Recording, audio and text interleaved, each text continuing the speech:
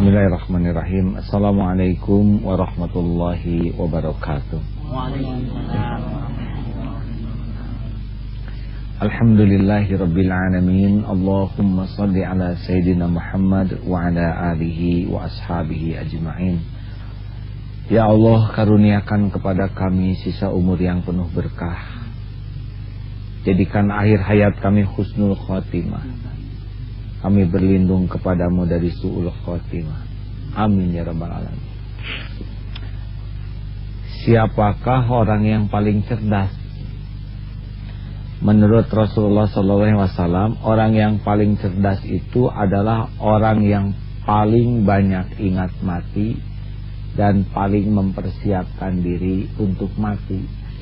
Jadi cerdas tidak dilihat dari nilai, angka, tidak dilihat dari hebat dan cepatnya berpikir, tapi lihat apakah orang tersebut siap tidak menghadapi kematian. Itu orang yang cerdas. Mengapa? Satu, karena hidup ini pasti berakhir, mati. Walaupun tidak beriman kepada Allah, tapi dia tahu mati itu pasti.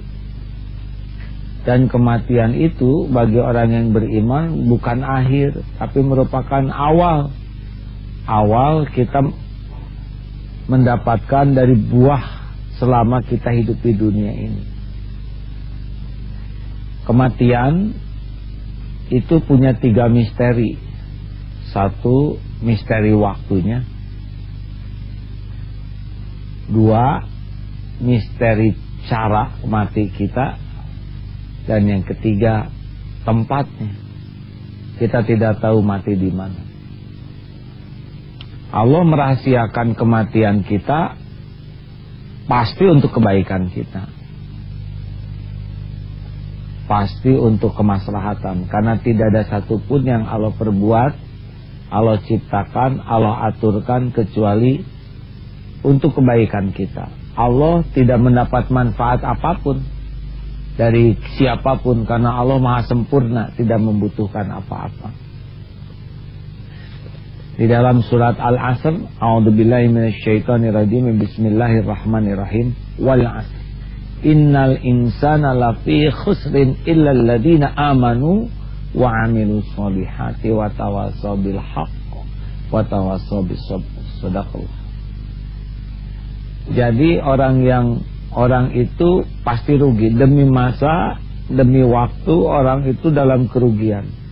Sebetulnya tambah umur tambah rugi, tambah tua tambah rugi. Kecuali orang yang tambah umur, imannya makin kuat, amalnya makin banyak, dan makin bisa saling menasehati dalam kebenaran dan kesabaran. Jadi sebetulnya kalau fokus kita kepada hal itu saja, kita tidak akan rugi. Iman kuat, banyak amal, dan kita bisa semakin berkualitas dengan menerima nasihat, dan kita bisa berkontribusi memberikan nasihat. Tentang mati, ini waktu di perut ibu 3 bulan, termasuk bagian takdir yang sudah ditulis nih. Jadi kita ini betul-betul sudah dikasih jatah umur. Walikulli ummatin ajalun, fa idza jaa ajaluhum la yastakhiruna sa'atan wa la yastaqdimun. Setiap apapun ada ajalnya. Dan jikalau datang saat yang ditetapkan, tidak bisa dimundurkan, dimajukan walaupun sesaat. Jadi kalau sudah waktunya kita mati, mati. Kita mati bukan karena apa-apa kecuali cuma satu, karena habis waktunya. Jadi sebetulnya tidak ada yang mati karena salah makan, sakit. Sebetulnya sakit itu hanya jalan saja sampai waktu kematian kita. Peperangan yang aslinya sih tidak membuat mati, tapi jalan sampainya kematian bagi orang-orang. Tidak hanya selalu perang yang membuat meninggal, ya kan? Di rumah sakit kan yang meninggal siapa coba? Pasien meninggal, perawat meninggal, dokter meninggal, direktur rumah sakit, semuanya meninggal di rumah sakit.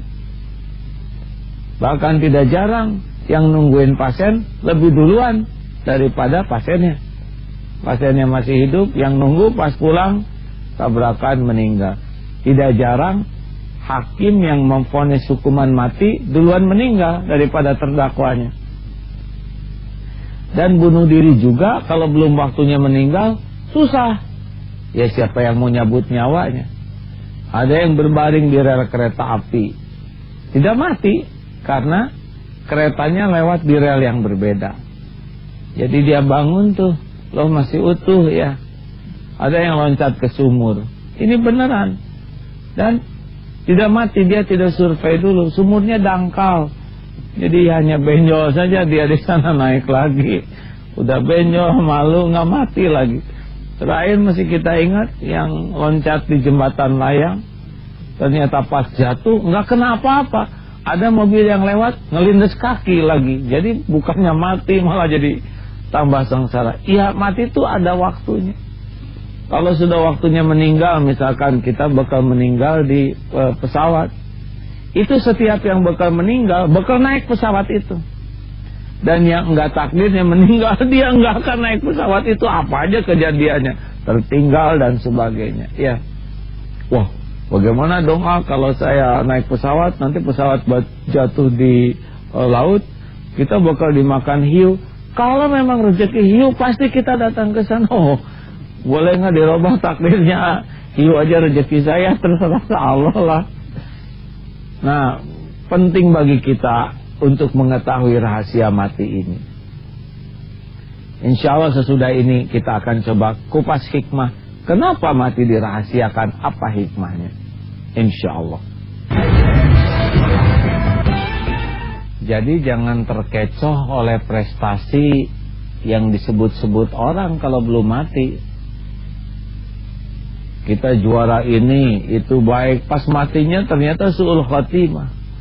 Jadi sebetulnya prestasi yang diraih sekarang tuh belum menentukan nanti akhir hayat husnul khatimah atau tidak itu. Nah, kenapa? Bukan kenapa, kita tidak boleh mempertanyakan Allah kenapa merahasiakan. Apa hikmah dirahasiakan? Satu, supaya kita tidak menunda amal. Kita tidak tahu nih kapan mati. Maaf, ada yang yakin besok masih hidup?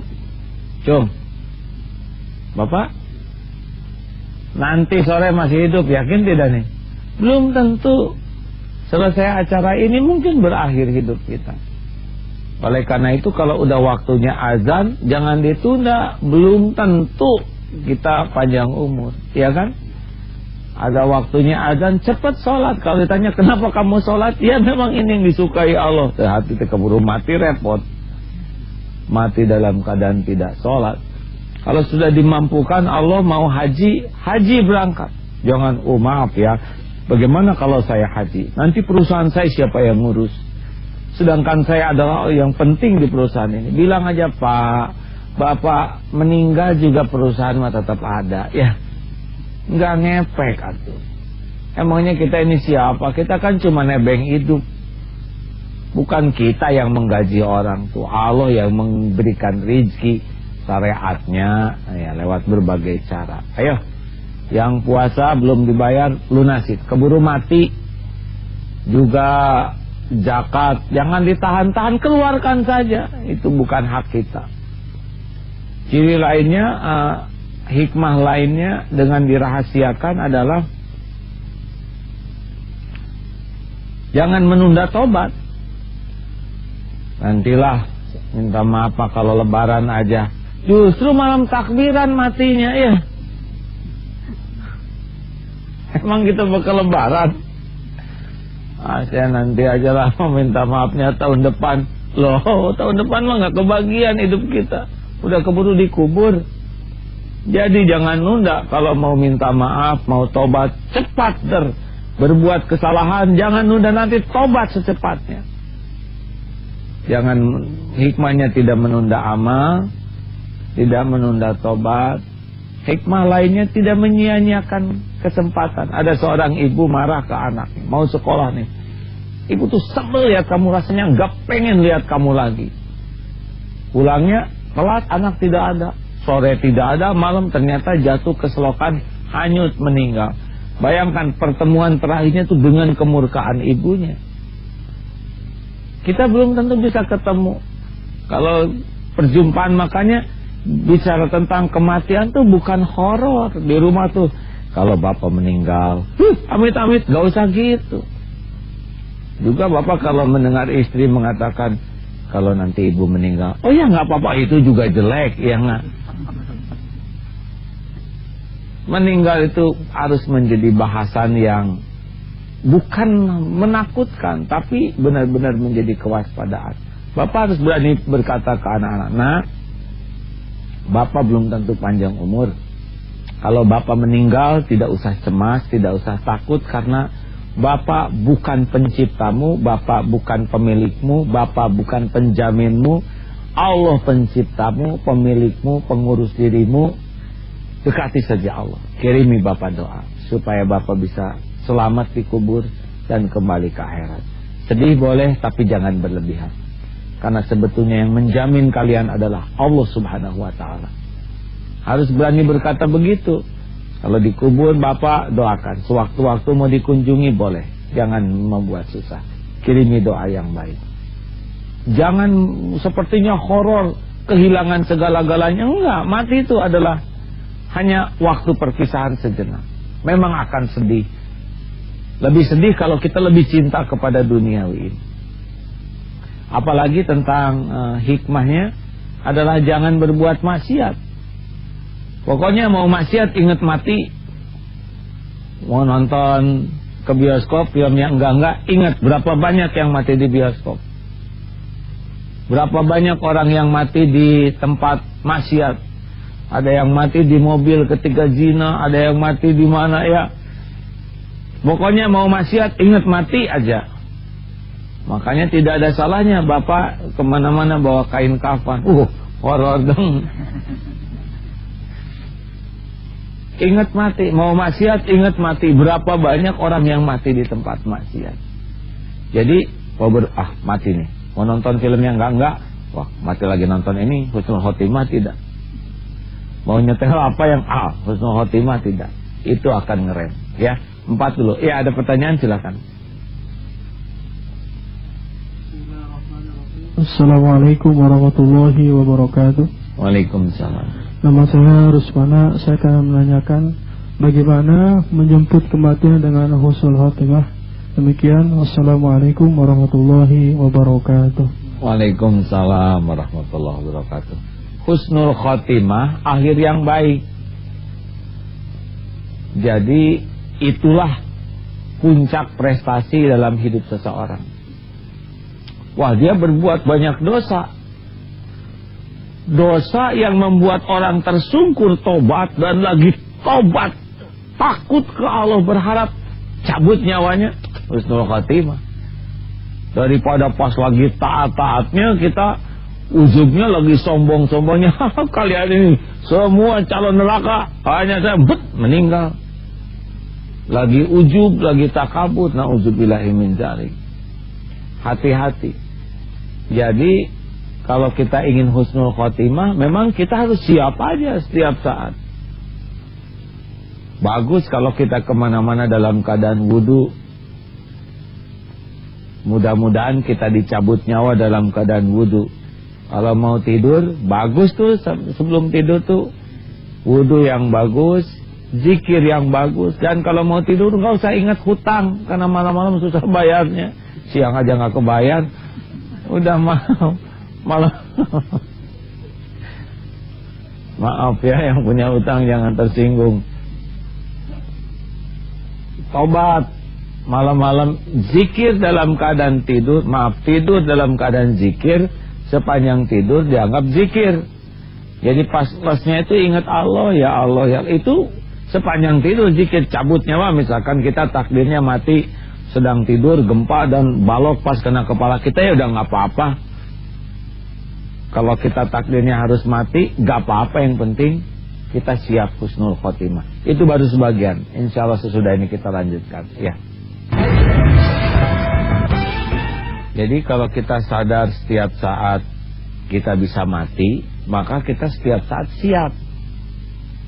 Ambil wudu, mau pergi, doa bismillahirrahmanirrahim, Allah la haula wala quwata illa billah. Pamitan ke anak-anak, usahakan sebaik-baiknya, ya. Karena belum tentu kita balik lagi. Belum tentu sama sekali. Di jalan juga kita manfaatkan, sudah berlindung. Kita nggak tahu nih, kita walaupun supirnya hebat, kalau mati mah supir hebat juga mati. Tetap aja, dan bisa dari depan, bisa dari belakang, bisa dari atas. Ingat waktu di tol kan, ini hati-hati, di tengah nimpa dari atas. Dah, pokoknya siap.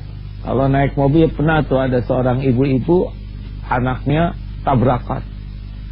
Ibu rela meninggal, tapi ibu ini terus belum bisa ridho belum bisa lepas sebelum tahu apa yang saat terakhir kematian anaknya. Ibu mau apa? Pokoknya saya lihat ingin mobilnya seperti apa. Mobilnya lihat, diperiksa tipnya.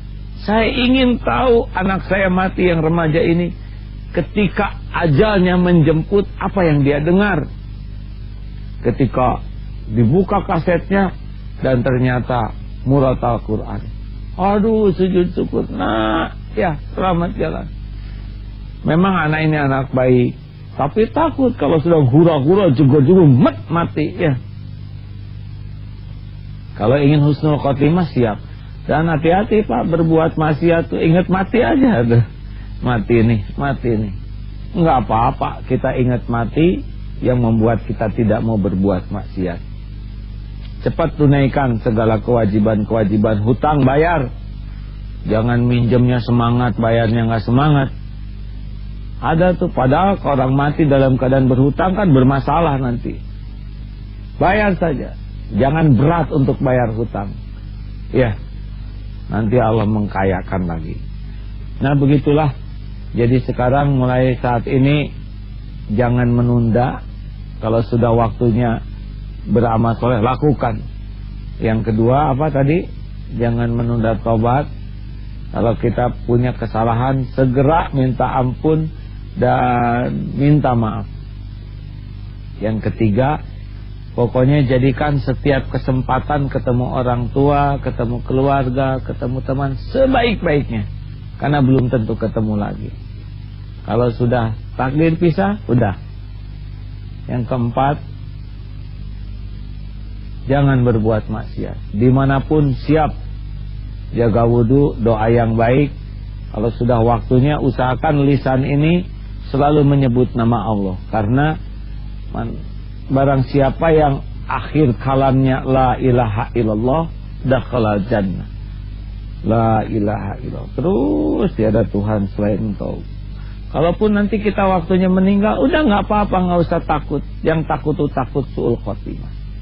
Insya Allah bukan niat ujub, tetapi kalau kita selalu siap, insya Allah kita bakal produktif. Akhlak jadi baik, tidak mau berbuat maksiat, dan semangat berbuat kebaikan. Itulah salah satu hikmah mengapa ajal dirahasiakan. Allahumma sholli ala sayyidina Muhammad wa ala alihi wa ashabihi ajma'in. Ya Allah, alhamdulillahi rabbil alamin.